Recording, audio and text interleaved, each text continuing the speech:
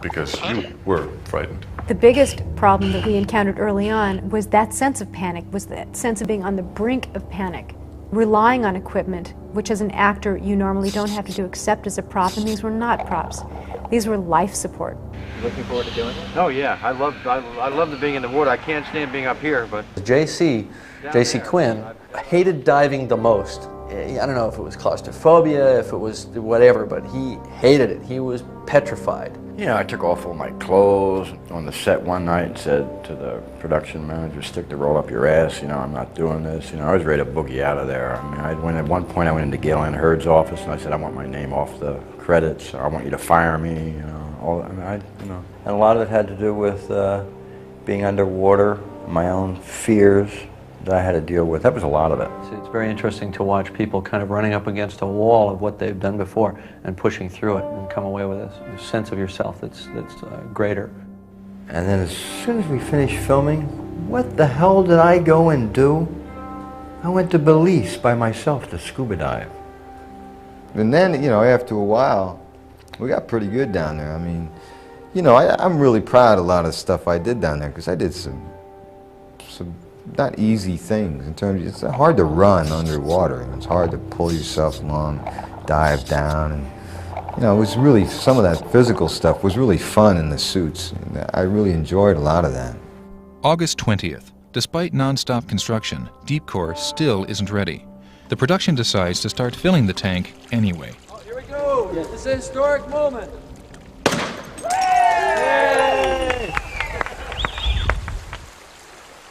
A tank and B tank combined will draw nearly 11 million gallons of untreated water from the nearby lake, heated and filtered to a strict level of clarity by processing plants installed for the production.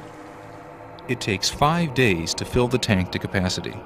Last-minute construction stays just ahead of the rising water level. 3 times the volume of B tank, A tank will be the true test of Cameron's vision for underwater filmmaking. It will push cast and crew to the limits of their ability and beyond. There was always, you won't believe what's going to show up today. The tarp, that's as big as Kentucky. And it showed up, it was as big as Kentucky. And then 7 billion polypropylene beads would show up. It was like the secret cache of Ronald Reagan's jelly beans. That's what showed up on these trucks. It's not a natural body of water, it's a tank. And the very stillness created an almost mirror surface. So we literally saw ourselves reflected in a giant 200-foot diameter mirror. So the beads were poured into the water to break that surface reflection and turn it into blackness.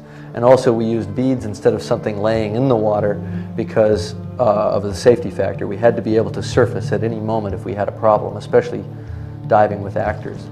What once was beautiful, this water, was just covered this thick in these horrific little black beads that all of us, I'm sure, have somewhere tucked deep in the folds of our bodies still to this day. Usually underwater movies are lit from the surface, but this is supposedly 2,000 feet under the surface, so it's pitch black. And with the size of the sets, we had to actually light a huge set, the exterior of the Deepcore, and just lighting that has been an incredible challenge. All my life I was told, don't stand in a puddle of water and turn a light on because you'll get electrocuted. They were able to take these huge lights underwater and light completely underwater, and I didn't understand how they did it, but the toughest element is trying to bring that many technicians and artists together in this medium 800 times denser than air, where for the most part you don't have verbal communications. Test, 1, 2, 3, 4. First recorded dialogue, underwater, on film, for a theatrical motion picture in the history of the world. I think Jim wanted to get a system which would give him as close to an approximation of normal shooting environment underwater, which is not a small order. Here we go, we are rolling. A reference point is needed to match sound and picture.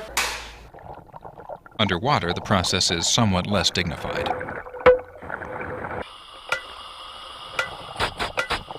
Doing your death scene, your love scene, whatever, and they have to smash the clapper on the bottom of the helmet, like this, and then there's a moment of pause while everyone gets it together again, and then we can get back to work. and everything needs to be two-way, so it becomes kind of a combination of dialogue recording and communications at the same time. I occasionally had up to 8 actors in a scene all wearing helmets. I could speak to them individually, and I was also in contact with a number of other departments topside at the same time. My first AD, Jim, check your air for me, will you? the electrical department. I could speak to the people that were operating the submersibles. Said flatbed just a little higher, about 1.5 feet. Basically, no one says anything unless they're attached to a wire, and every wire leads here. We have miles of cable out there, literally. All the divers who are working in the water only hear Jim through the underwater PA speakers. They speak back to him either through hand signals, reading lips, but it's a one-way system down there. I have to do both sides of the conversation. The conversation goes, okay, Al, what's your stop? 2.8? No, 3.5. You know, I do the he's questions interpreting all and the these answers. signals. Right. And Jim's talking, and you got the. Anyone in a helmet makes that sound. If they stop making that sound, we worry. The respirator noise is so universally despised, in fact, that sound effects editors will remove it from the film entirely. How you guys doing? To preserve the original dialogue, however, less abrasive sound is put in its place. Here, let's get it done, okay? How you guys doing? I'm dealing. Triple time sounded like a lot of money, bud. It ain't. We're here, let's get it done, okay? Lights and communications are only part of Cameron's underwater soundstage. The Sea Wasp, designed by Mike Cameron, functions much like a crane dolly would in a dry environment. The airtight camera housings are fitted with tiny video taps, which send their signals topside to be recorded, then down to Cameron's underwater monitor for observation. It's a degree of sophistication that tends to offset all of the things that are working against you. Because underwater, everything is against you. Communication's against you, safety's against you. You need that ability to control the frame and to control the lighting. There's no such thing as an easy shot underwater. Of course, I've always felt there's no such thing as an easy shot, but underwater, multiply that by 1,000. So what I may do is as they're settling into their positions. The standard procedure in underwater photography is to really talk the shot at the surface down to where everybody's going, what everybody's doing. Okay, so let's get our hats on and go down there. Why don't you give me a 5-minute head start?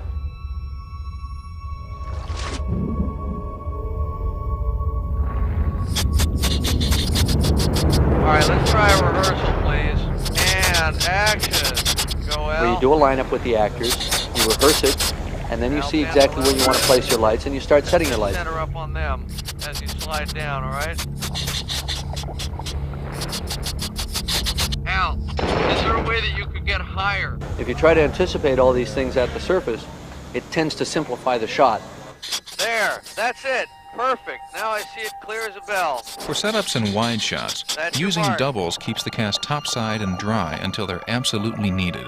This is especially important for scenes like this one, where Mary Elizabeth must work without her own air Doing supply. pretty well. I think we'll have this rigged in about 15-20 minutes at the most, ready to shoot. Okay, yeah, just swim as level as you can. Don't dive down. Then at the end, we're gonna head up to the moon pool. We're ready for a take. Emmy, are you all set? Okay. Let's roll camera. Park it. Here we go. Take a deep breath, Emmy. And regulator out. And action, action.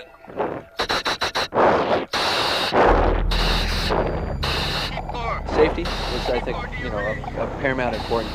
Safety at all times, not only for the people who are doing dangerous gags on camera all the time, but also just the crew. We have a large number of people in the water on a daily basis, day in and day out, and the routine lulls you into a sense of security. Okay, that's a cut, that's a cut. Get in there, get her some air. If anybody gets hurt, I'm going to be real mad at them, and that's why I think we've been safe so far. Okay, safe playback. Okay, that was a good take, Ed. I'm going to print that, but let's do it again. I need you to be closer to the camera. I need to have the shot cut right about here. It's a close-up, okay? Remy, just tilt back like that, okay? All right, because what happened on that last take is your head got kind of blocked by your hair. So just really tilt it around like that, you know? Turn it a little more than would feel comfortable so I can see your face better. Go to the infirmary. Get the cart oxygen. Defib kit.